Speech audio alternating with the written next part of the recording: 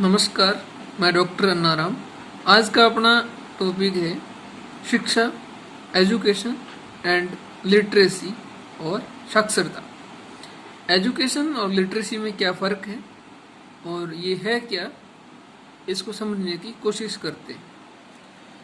पहले हम देखते हैं लिटरेसी या साक्षरता।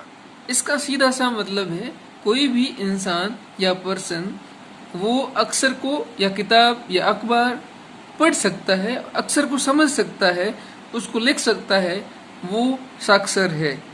ही is called a literate person. There is no any necessary that he और सी इज एजुकेटेड। तो एजुकेशन का मतलब क्या है?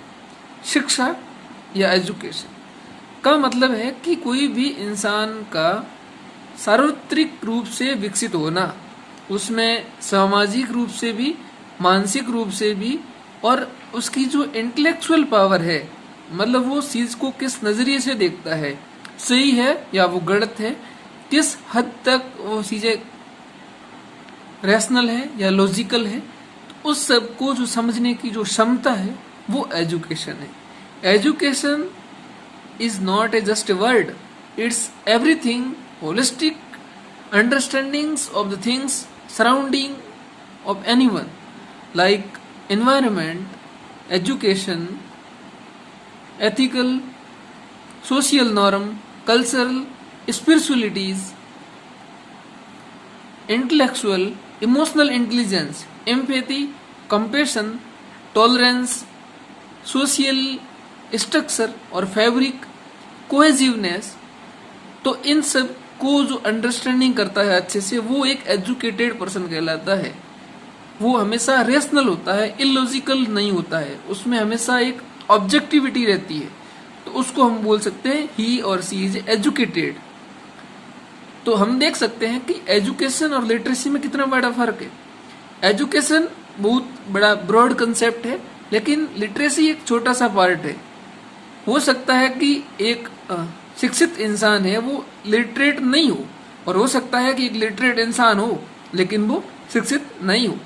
तो इसमें एक दूसरे के लिए कोई कंडीशन नहीं है कि लिटरेट है तो एजुकेशन होना जरूरी है और एजुकेट है तो लिटरेट होना जरूरी है। ऐसा बिल्कुल भी नहीं है। ये एक मिसकंसेप्ट है लोगों के अंदर कि हम समझ नहीं पाते कि एजुकेशन क्या है और लिटरेसी क्या है। तो हम थोड़ा विस्तृत रूप से देखते हैं इस कंसेप्ट को कि एजुकेशन में और क्या क्या इंक्लूड होते हैं। एजुकेशन में सबसे पहले चीज आती है वो होता है नॉलेज या ज्ञान। अगर हमारे पास किसी भी चीज का knowledge means a concept where we get the information from the source, मतलब हम किसी भी चीज के बारे में इंफॉर्मेशन लेते हैं कि वो है क्या। सपोज हमें पर्यावरण पढ़ता है तो पर्यावरण पढ़ने के लिए क्या क्या चाहिए, वो एक कंसेप्ट याद करके हम उस इंफॉर्मेशन को इकट्ठा करते, तो वो बन गया नॉलेज। नॉलेज के बाद में क्या होता है कि इंटेलेक्चुअल प्रोसेसिंग होती है, मतलब वो दिमाग के अंदर प्रोसेसिंग होगी उस नॉलेज की कि हाँ किस हद तक ये काम का है और इसको किस तरह से यूटिलाइज किया जाए ताकि बेटर रिजल्ट प्राप्त की जा सके। तो दूसरा चीज हुआ इंटेलेक्चुअल प्रोसेसिंग। तीसरा मुद्दा आता है एजुकेशन में एप्लीकेशन। अगर हमने जो नॉलेज लिया उसको प्रोसेसिंग भी कर ली, अब इसको अप्लाई कहाँ करना है, तो वो मुद्दा जब किसी इंसान के सामने आता है तो वहां पर एक आती है रैशनैलिटीज या लॉजिक। अब हम किस नॉलेज को कहां पर अप्लाई करें वो तो कंडीशन पे डिपेंड कर रहा है, because suppose we have knowledge about everything but at the same time we can apply one knowledge for one circumstance और वन कंडीशन। तो हमें उस समय लॉजिक लगाना पड़ेगा। और अगला कंपोनेंट है एजुकेशन का वो है ऑब्जेक्टिविटी। ऑब्जेक्टिविटी और सब्जेक्टिविटी एक अलग कंसेप्ट है। ऑब्जेक्टिविटी का मतलब ये है कि हम उसको मेरिट के बेस्ड पे अप्लाई करना है, न कि सब्जेक्टिविटी। सब्जेक्टिविटी में हमेशा बहसनेस होती है, मतलब वहाँ हमारी एक जुड़ाव रहता है, लगाव रहता है। जैसे मेरिट सिस्टम में वहाँ कोई जुड़ाव लगाव नहीं है, वहाँ हम देखेंगे कि सही क्या है गलत क्या है। लेकिन सब्जेक्टिविटी में कभी कभी जो चीजें गलत होती है उसको भी थोड़ा जुड़ाव होने की वजह से उसको सही मान लिया जाता है। जैसे नेपोटिज्म में एक सब्जेक्टिविटी का एग्जाम्पल है, और अगर इम्पार्शियल सिलेक्शन होता है वो सब्जेक्टिविटी है। तो ये सब एजुकेशन के ही कंपोनेंट है। अब एक इम्पोर्टेंट कंपोनेंट आता है, वो है मोरल वैल्यूज। मोरल का मतलब ये होता है कि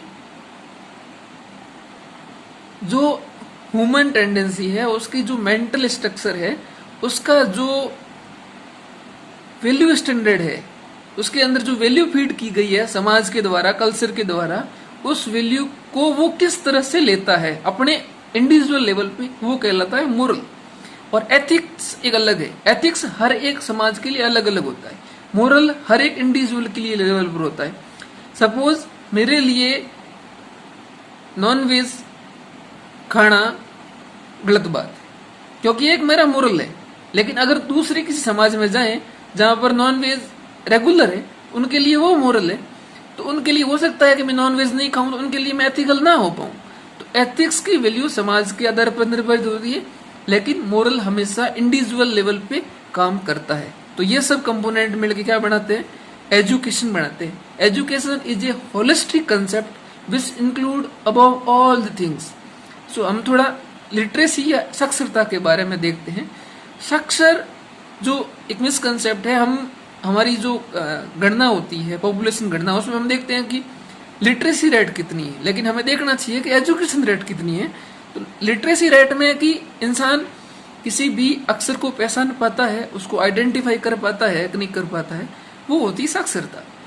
तो साक्षरता भी एक एजुकेशन का एक कंपोनेंट है, लेकिन ये कोई कंडीशन नहीं है, तो ये हम देखना चाहिए। एक कहावत है ना कि किताबी ज्ञान सब कुछ नहीं होता। तो किताबी ज्ञान से हम लिटरेसी देख सकते हैं, नॉलेज आ जाएगा, लॉजिकल आ जाएगा, लेकिन कुछ चीजें होती है जो किताबों से नहीं आती, जैसे मोरल वैल्यूज है, आपकी जो सब्जेक्टिविटीज को हटा करके ऑब्जेक्टिविटी को लाना है, मोरल वैल्यू का जो स्टैंडर्ड है, वो सब आपका अपनी जो खुद की जो डिसीजन मेकिंग पावर है, इंटेलेक्चुअल है, वो तभी वहीं से उत्पन्न होती है। हमारा जो एक एजुकेशन और एक लिटरेस पर्सन में डिफरेंट। तो कहते हैं ना कि किताबी कीड़े क्या हो, किताबी कीड़े हो तुम्हें कुछ पता भी नहीं है रियलिटी क्या है। तो एक चीज को विस्तृत रूप से समझना और उसको अपने अकॉर्डिंग लेना या करना ही क्या है, एजुकेशन और एजुकेटेड पर्सन की क्वालिटीज है, जो एक बेटर करेक्टर का ट्रेट है। तो उसको हमें बेटर ढंग से लेना चाहिए। तो इन कंक्लूजन मैं यही कहूंगा कि हमेशा एजुकेट बनिए, लिटरेट बनने की कोशिश मत करिए। Education should be inclusive, sustainable and more friendly to all. So each and every social strata or the individual can join the process of education. So there will be a better tomorrows where all Indian people could enjoy a better livelihood with a substantial income and better opportunities to enjoy a better and futuristic lifestyle.